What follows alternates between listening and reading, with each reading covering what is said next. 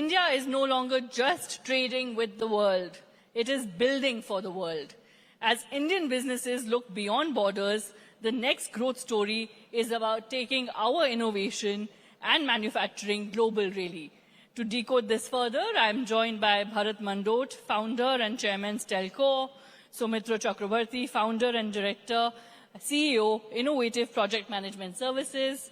I'm also joined by Ajay Bagga, global trade, financial markets expert, and a stock market veteran.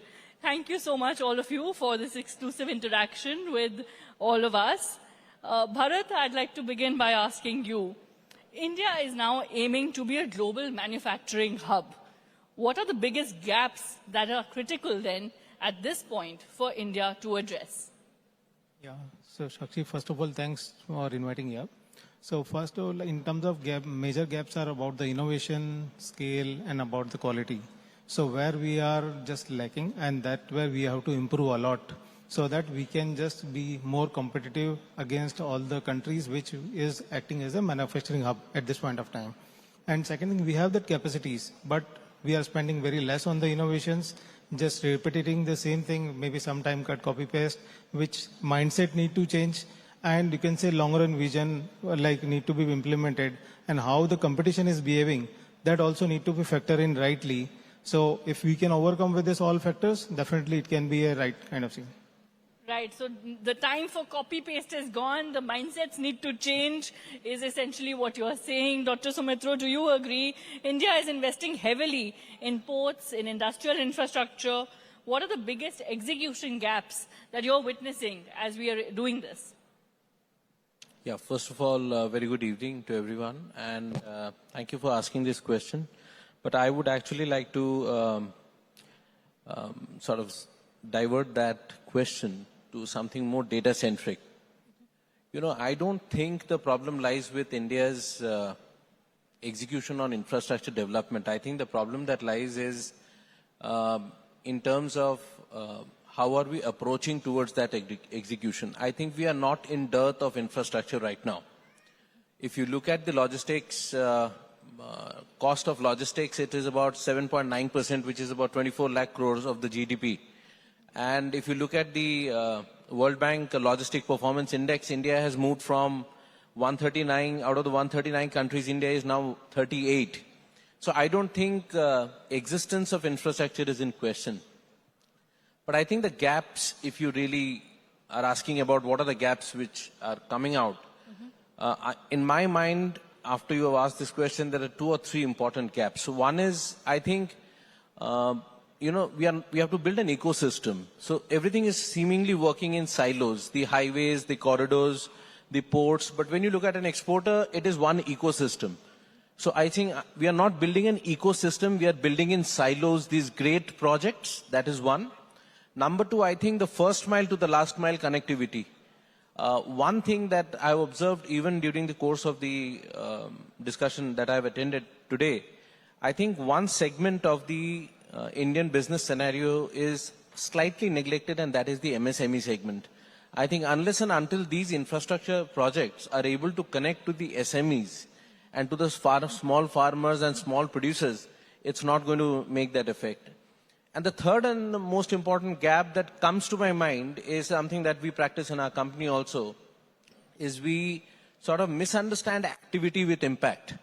I think a lot of, if we don't measure it properly, so in environment impact or in social impact, you have a reasonable, clear solution that, you know, input, output, outcome, and impact. So there is a clear line. I think if the infrastructure development starts sort of aligning with that paradigm, where input, output, outcome is to the impact, to the last mile connectivity, I think the gaps that you are talking about will stand resolved to a great extent, because I think GDP numbers and infrastructure investment numbers are like a scoreboard. But if you look at overall economic development, it will come only when you have this 146 crore population participant in that. That is the gap. Absolutely. So reframing and looking at everything as an ecosystem is what you're suggesting. Ajay Bagga, do you agree?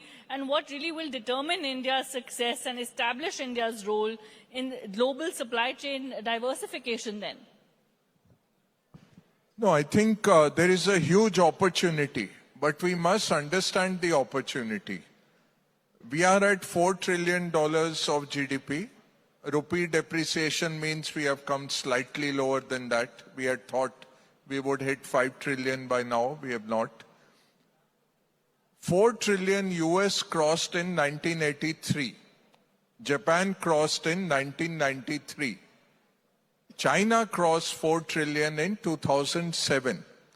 So if you just subtract that, we are like 43 years behind US economically.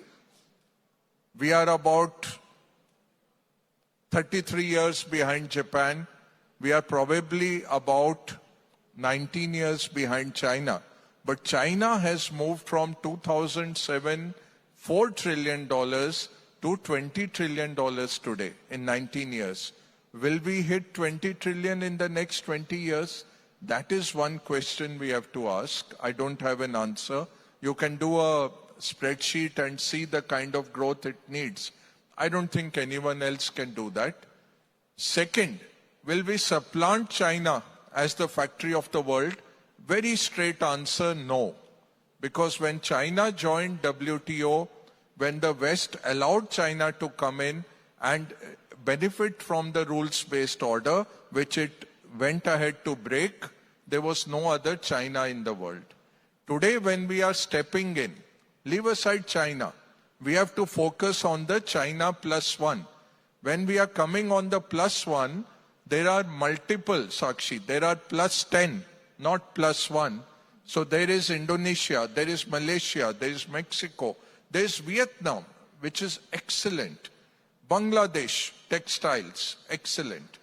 So when we come in, one, we should stop having aspirations, or we can have aspirations, but we should be realistic that that factory of the world is not going to change. Trump will not change it. European sanctions will not change it. India trying will not change it. But China plus one is the pool in which we have to fight, and we have to grab as much market share. Right, the aim is to grab as much market share, you say. Bharat, what matters most for Indian firms aiming to expand globally then? Is it quality, is it scale, or is it global partnerships? So when Indian brands are entering into global side, so there are two aspects. One is either acting as a like manufacturing for some other brands or create your own brands. So now when you are creating your own brands, being a manufacturer, then it will be creating your own identity. From that perspective, quality will make a lot of sense. Even scale will come later stage because you are entering through e-commerce and you are just, you can say, representing the country's product to the world by using multiple platforms. So quality and other aspects, compliances, which is many of the brands lacking at this point of time. And in past 10 years, when we just enable a lot of e-commerce brand, more than 30,000 from India to global, out of that, I can say 95% failed, or I can say not able to survive just because they are doing copy-paste. And when people are putting more effort on the right kind of quality, right price point, price is not a right competitiveness at this point of time in the global market. Because if your quality is good, customer is ready to pay. And entry point of view, should be on innovation and the quality and compliances. All right, then Dr. Sumitro, your thoughts on the most crucial reform that India needs then, whether to look at the $5 trillion economy aim or the $20 trillion economy aim, as Mr. Bagga was just suggesting. So what should India then do in terms of reforms? Well, I completely agree with Mr. Bagga on this front. I think, again, coming to some data points is like, we are around 4 trillion right now. Yeah. So reaching 5 trillion economy, I think what we have to now essentially think about is we just spoke, I think the minister just spoke about half an hour back that, we are one of the most youngest country in the global map, given the age group. I think we have to look for whether this kind of a development that we are talking about is actually holistic development, which is creating more opportunities for people. So we cannot deny one fact that we are 146 plus crores of people here in this country. But at the same time, is this development really connecting them with the jobs? Is it really going to the MSMEs? Is it enhancing the household incomes? So for me, if you ask me very frankly, we are a $4 trillion economy with a GDP of $2,700, per capita income of $2,700. Means, is that a thing that should exist? Now the question is, what do you do with that $1 trillion? Because you're asking me a question about $5 trillion. We are right now $4 trillion. So the only question is about $1 trillion. What are we going to do with that $1 trillion is the question. Now, my understanding on the matter says, with limited capacity, is that unless and until we are able to connect the development directly to the MSMEs, to the small farmers, to the marginal groups, and create more job opportunities for the younger population, and then create a consumer-driven economy, this development will become only sustainable through that process. So for me, a container reaching one day faster is a logical achievement. But an SME hiring 10 jobs because of that container reaching faster is a much more holistic economic development, and they're just looking at the fact of, infrastructure development as such. So I think those are the things. Right. And I think efficiency in management, I think inclusion of women, financial inclusion, and transparency in governance are the three important reforms that can be brought about for development to really take that scale, from my point of view. Right, Ajay Bagga, what should we do then? What reforms should we look at to really achieve that scale? What are the focus areas then to generate these kind of jobs? And if I were to ask you by 2030, what are the sectors you would look at most that are likely to benefit from global expansion altogether? Yeah, the second part is very easy to answer. First part, there is a utopian answer that government should do this. But they will lose elections. They won't get re-elected. So no use talking about that. There will be incremental reforms. There won't be labor reforms. There won't be land reforms that you can take for granted. We will have incremental reforms. What will happen is technology will leapfrog. So the entire session today is about business and technology, Sakshi. That's going to change our way of living. Technology will help us. We never had landlines. We had the mobile revolution. And straight away, once the per minute came down below 2 rupees, we just took off. When the handset came down to 2,000 rupees, our mobile took off. So that is what's going to happen. We will have an India-centric growth model. We'll talk about that some other time. We have 2 minutes left. But sectors which you should bet on, energy security is national security now after the Iran war. So renewables, power, grids, transmission, solar, anybody getting into energy security will do well. Defense is a global mega trend. The world is spending now $3 trillion a year on defense. And that's growing very fast. One of the fastest growing economy. The good news is India is not only doing import substitution, we are getting good at exports also. So defense will continue to do well. All the Europeans are having to realize that the nuclear umbrella of US, all of a sudden that's gone. So you have to, and they don't have conventional militaries. So they are rebuilding conventional militaries. Japan is rearming. China is modernizing.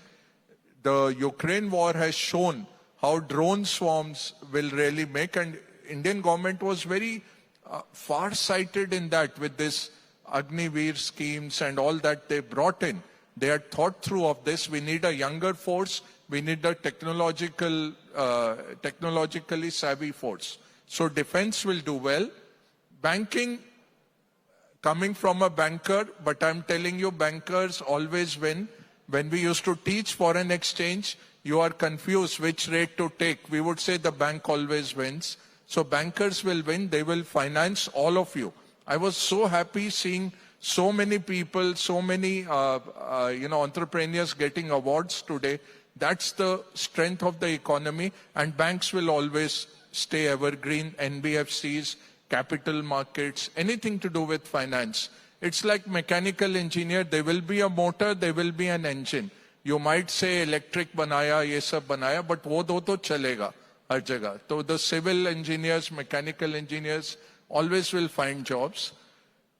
Above that, telecom, I think anything to do with telecom, AI is going to disrupt everything. I don't have the answers, but just before you go to sleep today, think of this. 11 million people will come into Indian workforce every year for the next 20 years. We don't have those jobs. No government in the world can create those jobs. They have to be self-employed. They have to be given skills, what Dr. Soumitra said. So I would say we will have to copy the Koreans of the 60s who skilled their population. We have to copy the Brazilians. 54 countries they went to saw the best agriculture practice for 54 crops from each country, and their productivity shot up. If 66% of your population is sitting in rural India and just making 13% of your GDP, you have a very serious problem. You have a problem of consumption. You have a problem of equality, what Dr. Soumitra said, and you have a problem for the future. I saw one immigration services company doing very well. I have 5 Russian companies that I advise. All of them need people. They are saying, find me any kind of people. I have Japanese companies who are saying, I want caregivers. That will be a booming industry again. I'll end there, Sakshi. I know you want to kill me, but I got carried away. Not at all. It is the time to redefine skill sets, like you said, and we need to innovate. We need to think out of the box and refresh mindsets altogether, as well as critical policy changes that you mentioned are the need of the hour. Thank you all for sharing your thoughts and for this interaction.